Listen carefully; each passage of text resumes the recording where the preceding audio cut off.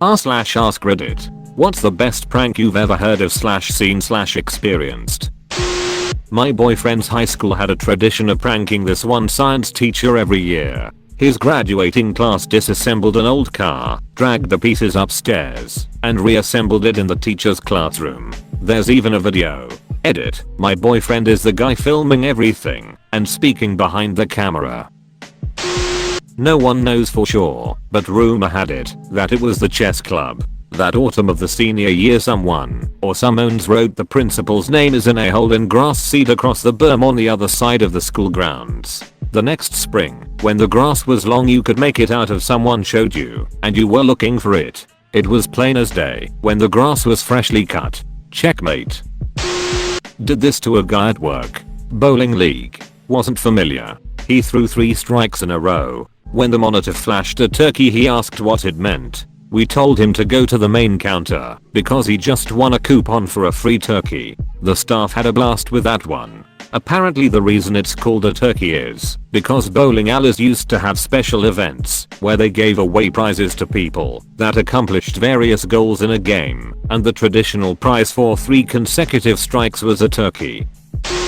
We had an guy at work that could not keep a secret. He was famous for it. It earned him the nickname Loose Lips. Anyway, one day my boss, security, did not come in because of another obligation. Loose Lips, who worked constantly on our high-tech security system, asked where he was, and my work partner, in a moment of inspiration, said I can't tell you. Loose Lips became excited and begged. Finally partner caved and swore Loose Lips to secrecy. Then told him our supervisor was on his way to Moncton to collect the $10 million he won the night before in a lottery. Absolute BS. We had a great time using our security cameras tracking him going from cubicle to cubicle, from building to building. We kept our supervisor informed by text of the developments. He was amused to say the least, but mid-afternoon we got a text from him. Loose Lips knows. I just texted him instead of you by mistake. Sure enough, the cameras revealed a fuming Loose Lips stomping towards a security building.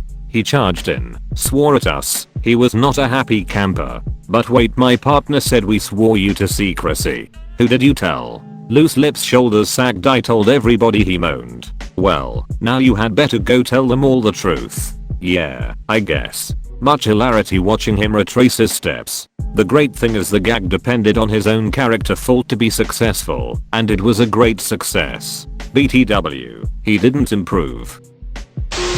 My cousin thinks her house is haunted, so her husband and I plugged a wireless mouse into her computer and he's been fucking with her since. Honey, I think the ghost has been watching hentai on our computer.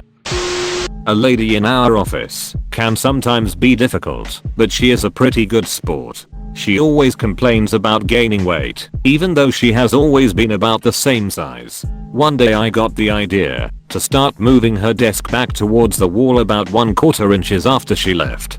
Did this every day for a couple of weeks before she figured out she wasn't getting fatter. She got a little pissed at that one.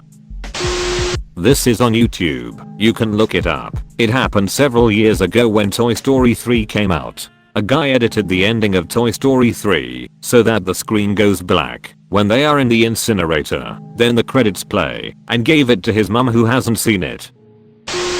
George Clooney had a roommate once who had a cat. The litter box was next to the toilet. George woke up earlier than his roommate and would scoop the poop into the toilet. A couple days go by, and the roommate asks George if he notices anything about the cat. That the cat hasn't pooped in several days. George says he hasn't noticed anything. The next day, George Clooney shat in the litter box. One year for April Fools, the local newspaper posted an article about a truck full of wine bottles that had crashed. The article stated that wine was spilling everywhere and they didn't want it to go to waste, so anyone could bring buckets to fill. One guy at my dad's work saw the article and ran out. All the people at work laughed at him. Halfway to the place where the truck supposedly was, the guy realized his mistake. He then went and bought a couple of cheap wine bottles which he emptied into the bucket he had brought with him, and then walked back into work, tricking a couple of other people to run out for this wine truck. While traveling up the west coast of America, we stopped in this small town for one night. When we went out early that evening walking through town we saw this $5 bill fluttered ahead of us down the street, always just out of reach. We quickly realized couple of kids were literally doing the dollar bill on the fishing line prank. They were laughing and having the best time. It was such a goddamn pure and wholesome sight that my heart grew 3 sizes. When I was 16 I was throwing a teenage strop at family dinner and stormed out. When I left the room my dad told my mum and sister that I was acting up because I was gay and frustrated about coming out. He swore them to secrecy because I wasn't ready to tell them yet. 6 months later I brought a girlfriend home and my sister shouted, "What? Dad told us you were gay." She'd believed it for half a year without mentioning it to me. My teen son slipped an Ouija board into the pillowcase of my super religious aunt. She found it about 3 AM after a long work shift as she was getting ready for bed, flipped her God-fearing shit, and called me screaming bloody murder. She and her kids were so much fun to prank they always fell for it, and they always blamed the devil. My senior year of high school, I knew it would be my last April Fools at my parents' house, so the day before, they were gone for a couple hours and I printed out 200 pictures of Nicolas Cage. I hid them in ridiculous places. The storage closet, crawl spaces, books, in the pantry, etc. 5 years later, and they are still finding them.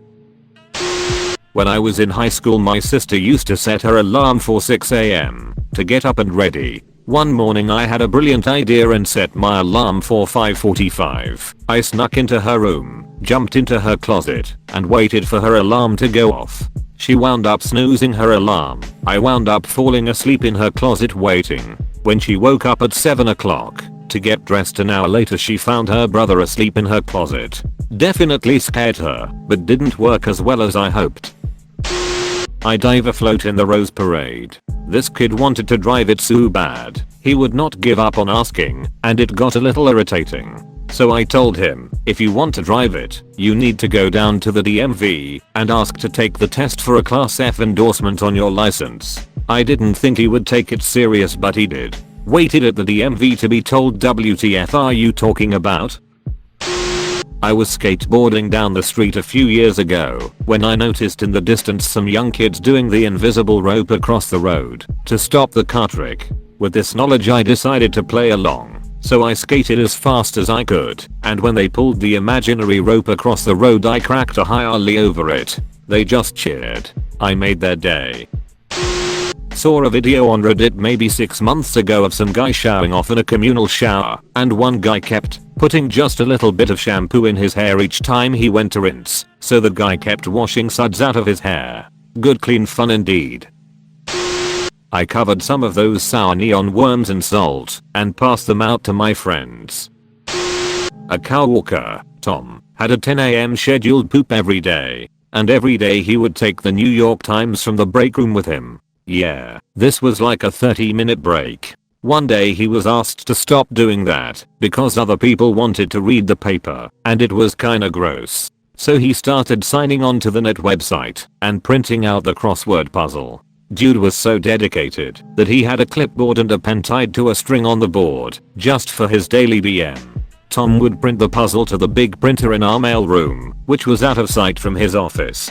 This was his downfall. One day his puzzle was picked up in a stack of other papers by the mailroom guy, Greg, by mistake. Greg's desk is in the same room as the big printer. Greg didn't notice his mistake until Tom stormed back into the mailroom to get the puzzle that he'd printed off a second time when the first had gone missing. Somehow Greg knew about the daily BM and importance of the puzzle. Greg held on to that originally puzzle, waited a week, and then swapped the puzzle with a new one on the printer before Tom could come in. Tom came back from the restroom much sooner than usual and extremely agitated that the printer had somehow saved and printed an old puzzle.